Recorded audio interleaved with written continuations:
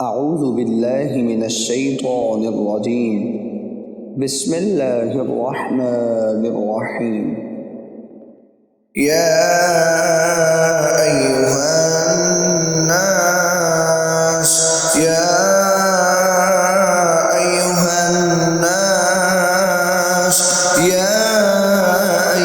الناس كلوا مما في الأرض حلالا طيبا ولا تتبعوا خطوات الشيطان إنه لكم عدو مبين.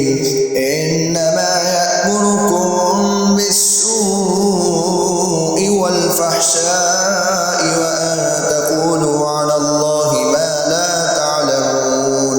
وإذا قيل لهم اتبعوا ما أنزل الله قالوا بل نتبع ما ألفينا عليه آباءنا أولو كان آباؤهم لا يعقلون شيئا ولا يهتدون.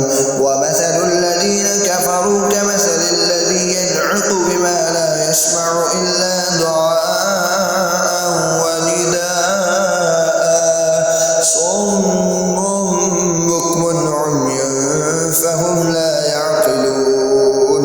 يا أيها الذين آمنوا كلوا من طيبات ما رزقناكم واشكروا لله إن كنتم إياه تعبدون.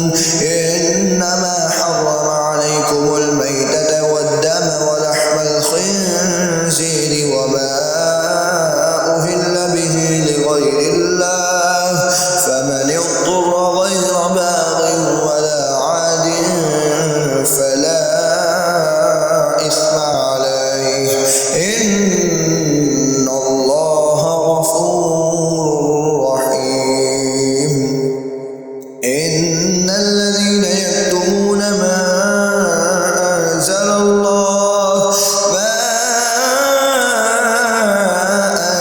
الله من الكتاب ويشترون به ثمنا قليلا أولئك ما يأكلون في بطونهم إلا النار ولا يكلمهم الله يوم القيامة ولا يزكيهم ولهم عذاب أليم.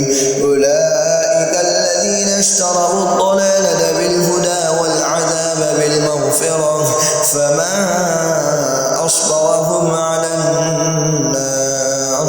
ذلك بأن الله نزل الكتاب بالحق وإن الذين اختلفوا في الكتاب لفي شقاق بعيد. ليس البر أن تولوا وجوهكم قبل المشرق والمغرب ولكن البر من آمن بالله واليوم الآخر والملائكة والكتاب والنبيين وآتى المال على حبه ذوي القربى واليتامى والمساكين وابن السبيل والسائلين وفي الرقاب وأقام الصلاة وآتى الزكاة والموفون بعهدهم إذا عاهدوا والصابرين في البأساء والضراء وحين البأس أولئك الذين صدقوا وأولئك هم المتقون.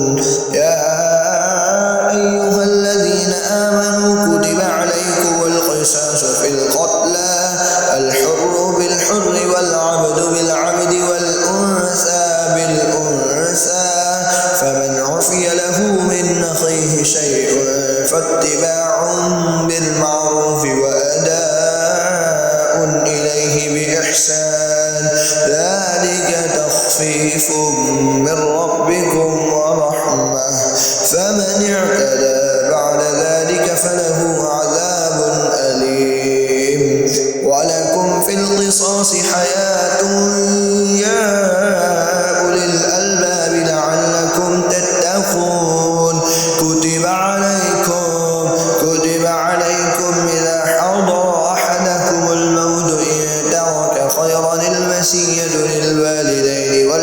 الأقربين بالمعروف حقا على المتقين فمن بدله بعدما سمعه فإنما إثمه على الذين يبدلونه